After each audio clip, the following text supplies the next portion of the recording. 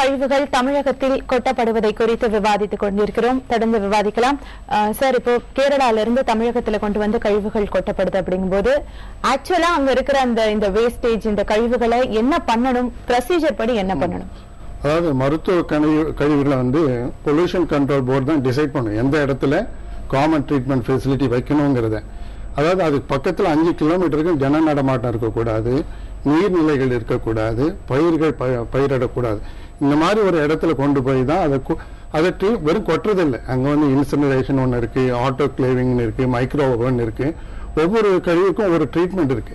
இந்த இடத்தை தேர்ந்தெடுக்கிறதே வந்து இதுதான். நம்ம தமிழ்நாட்டில் பார்த்தீங்கன்னா 11 இடத்துல இந்த மாதிரி கார்பன் ட்ரீட்மெண்ட் ஃபெசிலிட்டி வச்சு. நம்ம இந்த தமிழ்நாடு கொஞ்சம் பெரிய இது. கேரளா வந்து பார்த்தீங்கன்னா அங்கே நீர்நிலை இல்லாத இடம்னு சொல்ல முடியாது. அங்கே எங்கே பார்த்தாலும் தண்ணி இருக்கும், இது இருக்கும். அதனால அவங்க பாலக்காட்டு பக்கத்தில் ஒரு அந்த மாதிரி இடத்த பொல்யூஷன் கண்ட்ரோல் போர்டு அப்ரூவ் பண்ணக்கூடிய ஒரு இடத்த வச்சிருக்கிறாங்க. அங்கே வந்து 14 டிஸ்ட்ரிக்ட் இருக்கு. ஒவ்வொரு டிஸ்ட்ரிக்டும் 2 பெரிய வண்டி, அதுக்குன்னு டெசிக்னேட்டட். சாதாரண இந்த வேன்லயோ லாரிலயோ இந்த மருத்துவ கழிவுகளை ஏற்றவே முடியாது. அதுக்குன்னு ஒரு சிம்பிள் இருக்கு, பயோமெடிக்கல் வேஸ்ட்டுக்குன்னு சிம்பிள் இருக்கு. 4 பக்கம் மூடி இருக்கணும். அதுல வந்து கலர் கோட பிரகாரம் பிரிச்சிருக்கணும். இந்த 2 டிஸ்ட்ரிக்ட், ஒரு டிஸ்ட்ரிக்ட் 2 வருது. அந்த டிஸ்ட்ரிக்ட் உள்ள ஒரு 10-15 சின்ன வண்டிகள், மினி வேனுங்க போய் எல்லா மருத்துவமனையிலிருந்து கலெக்ட் பண்ணிட்டு வந்து இந்த பெரிய வண்டியில ஏற்றி அங்கிருந்து வருது. எந்த மருத்துவ கழிவும் மருத்துவமனையில 24 மணி நேரத்துக்கு, அதுவும் குறிப்பா 48 மணி நேரத்துக்கு மேல வச்சிருக்க கூடாது. வச்சிருந்தாங்கன்னா சட்டப்படி குற்றம். அதனால இந்த நெட்வொர்க் அங்க சென்னிட்டு இருக்கு. இதை செய்யறதே வந்து இந்திய மருத்துவ சங்கம் தான். அது பேர் இமேஜ், இந்தியன் மெடிக்கல் அசோசியேஷன் கோஸ் எக்கோ ஃப்ரெண்ட்லி, சுற்றுச்சூழலுக்கு ஆதரவாக இந்திய மருத்துவ சங்கம் செயல்படுகிறதுங்கிறதா இது. அது நல்ல சிறப்பாக செஞ்சுட்டு வராங்க. அதுக்குன்னு ஒரு ஃபீஸ் கலெக்ட் பண்றாங்க, எல்லாம் பண்ணிட்டு இருக்காங்க. இதுல உட்படாத சில மருத்துவ கிளினிக் தான் சொல்லணும். மருத்துவமனைகள் இருக்கவே முடியாது. பொல்யூஷன் கண்ட்ரோல் அப்ரூவல் இல்லாம எந்த மருத்துவமனை இருக்க முடியாது. ஒரு ரெண்டட் பில்டிங் ஆரம்பிச்சு ஒரு எடுத்து நம்ம இது ஆரம்பிச்சிடலாம், மருத்துவமனை ஆரம்பிச்சிடலாம். ஆனா அப்ரூவல், பொல்யூஷன் கண்ட்ரோல் அப்ரூவல் இல்லாம அது ஃபங்க்ஷன் ஆக முடியாது. அதனால இந்த மாதிரி கேரளாவில் செய்யறாங்க, இது செய்யறோம். இதனால டெசிக்னேட்டட் இதுல தான் போகணும், வண்டியில தான் போகணும். அதுக்கு சிம்பிள் இருக்கு. அதுல மீதி கழிவுகள் எல்லாம் ஏற்ற முடியாது. அந்த மாதிரி இருக்கும்போது செக் போஸ்ட்ல இந்த மாதிரி மருத்துவ கழிவுகளை ஒரு மீதி கட்டிட கழிவுகளோட சேர்த்து அலோவ் பண்றாங்கிறதே தவறு, ரொம்ப ரொம்ப தவறு.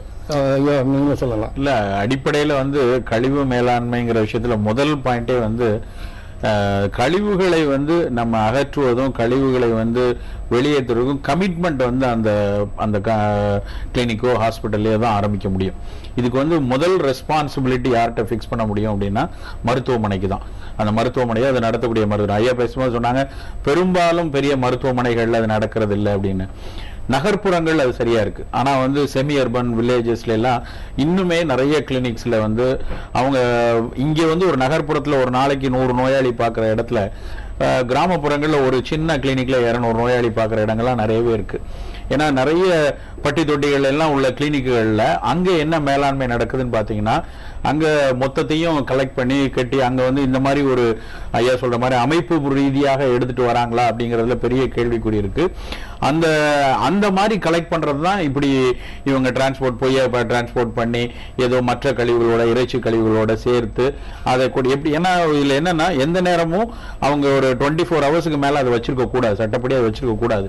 அதனால இவங்க யாராவது ஒரு ஆளை ஹையர் பண்ணிட்டு நீங்க எடுத்துட்டு போயிருங்க, இதை தூக்கிட்டு போயிருங்கன்னு சொல்லிடுறது. அதுக்கான காஸ்ட்டை வந்து எவ்வளவு தூரம் குறைக்க முடியுமோ குறைச்சிருது. ஏன்னா இன்னைக்கு வந்து இதை முறையாக பிரித்து நிர்வாகம் பண்ணணும்னா அதுக்குன்னு ஒரு காஸ்ட் இருக்கு.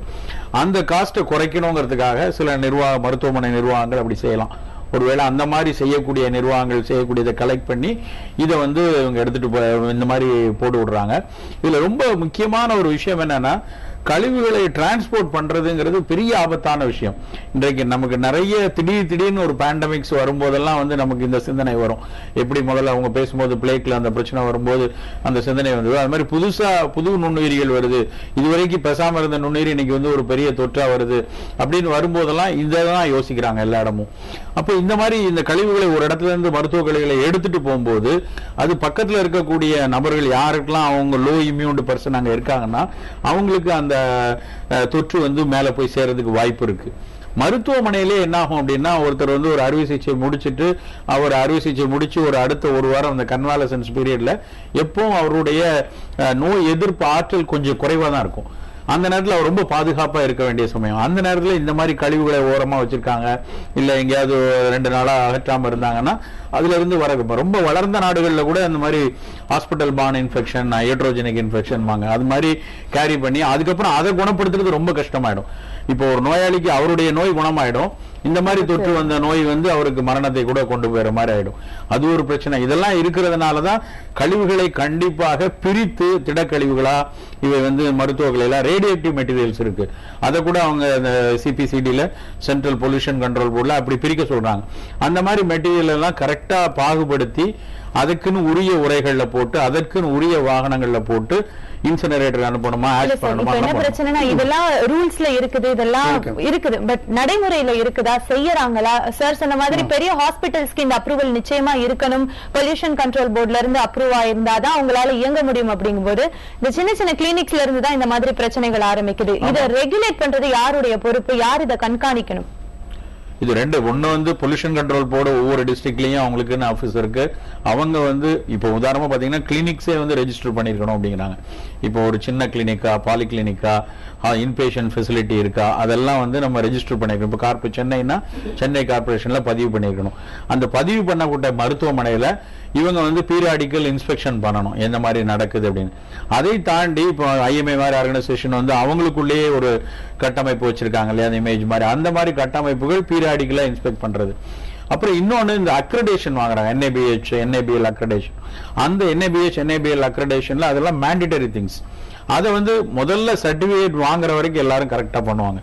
அதுக்கப்புறம் அதை வந்து பீரியாடிக்கலா மெயின்டைன் பண்றாங்களாங்கிறதுல நிறைய கேள்வி இருக்கு. அதுவும் குறிப்பாக பாத்தீங்கன்னா செமி அர்பன் வில்லேஜஸ்ல சின்ன சின்ன மருத்துவமனைகள்ல இதுல வந்து கண்டிப்பாக அந்த அளவுக்கு கட்டுப்பாடா செய்யறது இல்ல. நீங்க கண்காணிக்க வேண்டியது அந்த டிஸ்ட்ரிக்ட் ஹெல்த் அபிஷியல், இல்லைன்னா corporation health official, pollution control board, இவங்க பீரியாடிக்கலா என்ன நடக்குதுங்கிறத ரேண்டம் செக்கிங் பண்ணி ஒருவேளை அது பண்ணலைன்னா அதுக்கு தகுந்த ஆக்ஷன் எடுக்கிற ஒரு கட்டுப்பாடை கொண்டு வரும். அதாவது இப்ப இந்த கழிவுகள் வந்து கேரளால டிஸ்போஸ் பண்ணா பிரச்சனை, அங்க சட்டம் வந்து கடுமையா இருக்குது, பண்ணக்கூடாது அப்படின்ட்டு அவங்க நினைக்கிறதுனாலதான் எல்லை தாண்டி தமிழகத்துல வந்து டிஸ்போஸ் பண்ணணும்னு பாக்குறாங்க இல்லையா? இந்த அளவுக்கு என்வாயன்மெண்ட்ல அதை ஃப்ரீயா ரிலீஸ் பண்ணக்கூடாதுன்ட்டு கண்காணிக்கிற கேரளா கவர்மெண்ட் எதனால அதை வந்து ஸ்டார்டிங் பிளேஸ், அதாவது கிளினிக்ல இருந்தே அது ப்ராப்பரா டிஸ்போஸ் ஆகணும், சட்டப்படி அது எந்த விதத்துல அந்த மருத்துவ கழிவு வந்து ஒதுக்கப்படணுமோ அந்த அளவுக்கு பண்ணணும்னு ஏன் பாக்குறது இல்லைன்னு தான் நான் கேட்கிறேன். நிச்சயமா மருத்துவமனை சோர்ஸ் தான் பிடிக்கணும் முதல்ல. நீங்க அதை டிரான்ஸ்போர்ட் ரெண்டாவது பார்ட். சோர்ஸ்ல அவங்க அந்த கழிவுகளை எங்க போறாங்கன்னு பிடிக்கலைங்கிறது கண்டிப்பா அந்த அரசாங்கம் அதை வந்து இன்னும் கவனமாக பார்க்கணும். பார்க்க தவறி இருக்குன்னு அர்த்தம். ஒண்ணு வந்து ஹாஸ்பிட்டல் லெவல்ல அந்த கமிட்மெண்ட் இருக்கணும். அந்த மருத்துவமனை தான் முதல்ல ஹிப்போக்ரட்டஸ் சொல்ல we should not do harm அப்படிங்கிறப்ப நாம இந்த விஷயத்தை தவறு பண்ணக்கூடாதுங்கிறது அந்த மருத்துவமனையினுடைய நிர்வாகிகள் முக்கியமா பார்க்கணும். அதுக்கு அந்த சோர்ஸ்லயே அதை கரெக்டா டிஃபரன்ஷியேட் பண்ணி அதுக்கு மேலாண்மை பண்றதுக்கு எங்க கொண்டு போறது, இன்சினரேட்டர் எடுத்துட்டு போகணுமா, ஹாஸ்பிட்டல்ல என்ன பண்ணணுமாங்கிறது மருத்துவமனை பண்ணணும். அந்த அந்த சட்டம் இன்னும் அங்க சரியா இல்ல, ரிஜிடா இல்ல அப்படின்னு தான் தோணுது. இவ்வளவு தூரம் வருது, டிராவல் பண்ணி ஒரு ஸ்டேட்டோட எல்லையை தாண்டி வருகிறது என்றால் அந்த சட்டம் அங்கே சரியாக இல்லை சரியாக நிர்வகிக்கப்படல அப்படிங்கறத அது காட்டுது. இப்ப நம்ம கோயம்புத்தூர்ல இருக்கிற ஈஸ்வரன் சார் பேசலாம். சார் நீங்க சொல்லுங்க, இந்த இன்னைக்கு நேத்திய பிரச்சனை கிடையாது, பல வருஷங்களா இந்த மாதிரி கேரளால இருந்து கழிவுகள் தமிழகத்துல வந்து கொட்டப்படுது, தொடர்ந்து போராடிக்கிட்டு தான் இருக்காங்க. இது வரைக்கும் என்ன நடவடிக்கை எடுக்கப்பட்டிருக்குது? அதாவது ஐயாவெல்லாம் இப்ப சொன்னாங்க, இதுக்கு வந்து என்னென்ன ப்ரொசீஜர் எல்லாம் இருக்குதுங்கிறத பத்தி எல்லாம் சொன்னாங்க. அந்த ப்ரொசீஜர் பத்தி எல்லாம் நம்ம அப்புறம் பேசுவோம். இப்ப நமக்கு இருக்கிற எதிர்நோக்கி இருக்கிற முதல் பிரச்சனை என்னன்னா, கேரளாவுக்குள்ள இருந்து வரக்கூடிய அனைத்து கழிவுகளையும் தடுக்கப்பட வேண்டும். இதுதான் நமக்கு இருக்கக்கூடிய முன்னாடி இருக்கிற பிரச்சனை. அதுல இருக்கிற ப்ரொசீஜரை பத்தி நம்ம தனியா கூட பேசுவோம். இப்ப என்னன்னா, ரசாயன கழிவுகளை கொண்டு வந்து இங்க இருக்கக்கூடிய குவாரிக்குள்ள கொண்டு வந்து கொட்டுறாங்க. அதே மாதிரி மருத்துவ கழிவுகளை கொண்டு வந்து இங்க இருக்கிற தோட்டங்கள்ல வந்து குழிய பறிச்சு தோண்டி அந்த கழிவுகளை உள்ள கொட்டி மேல மூடுறாங்க. அதே மாதிரி கார்பரேஷன்ல இருந்து Thrissur corporation, Cochin corporation, Kozhikode corporation, இந்த மாதிரி கார்பரேஷன் இருக்கக்கூடிய அந்த மாநகராட்சி குப்பைகளை கொண்டு வந்து கான்ட்ராக்ட் விட்டு தமிழ்நாடு எல்லை பகுதிக்குள்ள இதே மாதிரி புல்டோசரை வச்சு தோண்டி அந்த கழிவுகளை உள்ள கொட்டி மூடுறாங்க. இது தொடர்ந்து நடந்துகிட்டே இருக்கு. கேரளாவில இருந்து இப்ப கொச்சியில இருந்து இப்ப நேற்று வந்த கழிவு வந்து கொச்சியில இருந்து 250 கிலோமீட்டர் தாண்டி கோயம்புத்தூருக்கு வந்திருக்குது. ஒரு 10,000 ரூபாய் வண்டிக்கு வாடகை கொடுத்து கோயம்புத்தூர் கொண்டு வந்து கொட்டுறாங்க முடிவு பண்ணிருக்காங்கன்னா அவங்க நாட்டை எப்படி பாதுகாப்பா வச்சுக்கிறோம் சொல்லி அந்த மக்களுக்கு இருக்கக்கூடிய உணர்வு நம்ம மக்களுக்கு எங்க போச்சு? அப்போ இதை நாங்க என்ன பண்ணோம், முதல்ல பார்த்து நாங்க நேரடியா போய் வண்டியை தடுத்தோம். அதுக்கு பின்னாடி எல்லா இடத்துலயும் தொடர்ந்து எங்களால வண்டியை தடுக்க முடியாதனால நாங்க ஒரு விழிப்புணர்வு பிரச்சாரம் பண்ணணும். இந்த மாதிரி கேரளாக்குள்ள இருந்து வரக்கூடிய கழிவுகள் நம்ம மண்ணை நாசப்படுத்துது, நம்ம மண்ணை நாசப்படுத்துறதுக்கு விடக்கூடாதுன்னு ஒவ்வொரு கிராமங்களா எல்லையோர கிராமங்களா நாங்க விழிப்புணர்வு பிரச்சாரம் பண்ணதுக்கு பின்னாடி இன்னைக்கு மக்களே நிறைய தடுக்கிறதுக்கு ஆரம்பிச்சிட்டாங்க. இதையும் மீறி இப்ப ஒரு 6 மாசமா எந்த கழிவுகளும் வராம இருந்துச்சு. திடீர்னு பார்த்தா நேற்றுக்கு இன்னைக்கு வந்திருக்கு. அப்போ இங்க இருக்கக்கூடிய அதிகாரிகள், செக் போஸ்ட்ல இருக்கக்கூடிய அதிகாரிகளும் இந்த மண்ணை பாதுகாக்கணுங்கிற அந்த உணர்வோட செயல்படணும். அதே மாதிரி அந்த இருக்கிற நேற்று என்ன பண்ணிருக்காங்க, இந்த லாரிக்கால மேல மட்டும் பிடிச்சி கேஸ் போட்டிருக்காங்க. இன்னும் இதுக்கு மேல யார் அனுப்பிச்சாங்களோ அவங்க இந்த லாரிக்காரர் ஓபனா சொல்றாரு, இந்த கொச்சின்ல இருக்கக்கூடிய அந்த விமான நிலையத்தினர் இருந்து நான் எடுத்துட்டு வந்தேன்னு சொல்றாரு. அப்ப நீங்க என்ன பண்றீங்க, இந்த விமான நிலைய அதிகாரிகள் மீது உங்க வழக்கு பாயணும். இந்த லாரிக்காரங்களை விட இந்த பிரச்சனைகளை முக்கியமா அவங்க மேலதான் வழக்கு தொடரணும். அப்போ அங்கிருந்து வந்துச்சுன்னா அங்க இருக்கக்கூடிய மாநகராட்சி அதிகாரிகள், அங்க இருக்கக்கூடிய அந்த விமான நிலைய அதிகாரிகள், இந்த மாதிரி இருக்கிறவங்க மேலே உங்களுடைய வழக்கை தொடர்ந்து அவங்க மேலே நடவடிக்கை எடுத்தா தான் இந்த பிரச்சனை நிற்கும். ஈஸ்வரன் சார், நீங்க சொல்றது சரிதான். ஆனா நாங்க என்ன கேட்கிறோம்னா, இதற்கு முன்னாடி இதே மாதிரி விஷயங்கள் நீங்க நடந்தப்போ இப்ப என்ன செய்யணும் அப்படின்னு நீங்க சொல்றீங்க இல்லையா? இதற்கு முன்னாடி என்ன செய்யப்பட்டிருக்குது இது வரைக்கும்? என்ன செய்யப்பட்டிருக்குதுன்னா, ஒரு 6 மாசத்துக்கு முன்னாடி எல்லாம் தொடர்ந்து செக் போஸ்ட்ல எல்லா வாகனங்களையும் அதிகமா சோதனை போட்டாங்க. ஏன்னா நாங்க எல்லை மறியல் எல்லாம் பண்ணோம். அதுக்கு பின்னாடி எல்லையில தீவிரமான சோதனை செஞ்சாங்க. ஒரு குறிப்பிட்ட காலத்துக்கு ஒரு 2 மாசம் 3 மாசம் தீவிரமான சோதனை செய்வாங்க. அதுக்கு பின்னாடி அந்த சோதனை இருக்கிறது இல்ல. அது இந்த சோதனைகள் தொடர்ந்து இதே மாதிரி நம்மளுடைய எல்லையில் இருக்கக்கூடிய எல்லா செக் போஸ்ட்லயும் சரி, ஆர்டிஓ செக் போஸ்ட், வணிக வரி check post, forest check post, யாருமா இருந்தாலும் கழிவுகள் உள்ள வந்தா விடக்கூடாதுங்கிற அந்த ஒரு எண்ணத்துக்கு ஒரு மாவட்ட நிர்வாகம் சரி, மாநில அரசாங்கம் சரி, பொல்யூஷன் கண்ட்ரோல் போர்டு எல்லா அதிகாரிகளையும் கூப்பிட்டு நீங்க பேசி இந்த கழிவுகள் கேரளாவில இருந்து தமிழ்நாட்டுக்குள்ள வரக்கூடாது, வந்தா யார் காரணமா இருக்கிறாங்களோ அவங்க மேல நடவடிக்கை எடுக்கணும்னு சொல்லி ஸ்ட்ரிக்டா ஆர்டர் போட்டா நிச்சயம் நடக்கும். எப்பயும் போல பிரச்சனை வந்த உடனே கொஞ்ச நாள் ஸ்ட்ரிக்டா இருந்துச்சு, அதுக்கப்புறம் விட்டுட்டாங்க அப்படின்னு தான் சொல்றாரு. இப்போ திருத்தணியில இருந்து ராதாகிருஷ்ணன் நேயர் தொடர்புல இருக்கிறாரு, அவர்கிட்ட பேசலாம். வணக்கம் திரு ராதாகிருஷ்ணன், சொல்லுங்க, உங்களுடைய கருத்துக்களை பதிவு செய்யுங்க. தமிழகத்துல கேரளால இருந்து கழிவுகள் கொட்டப்படுது, சொல்ல வேண்டியதை சொல்லுங்க. மேடம், ஒண்ணு இல்ல, இப்ப கேரளால கடுமையான சட்டம் போட்டிருக்காங்க. அதுக்கு பயந்துகிட்டு அவங்க அங்க யாரும் அவங்க கொட்ட மாட்டான்னு சொல்றாங்க அந்த கழிவுகள் எல்லாம்.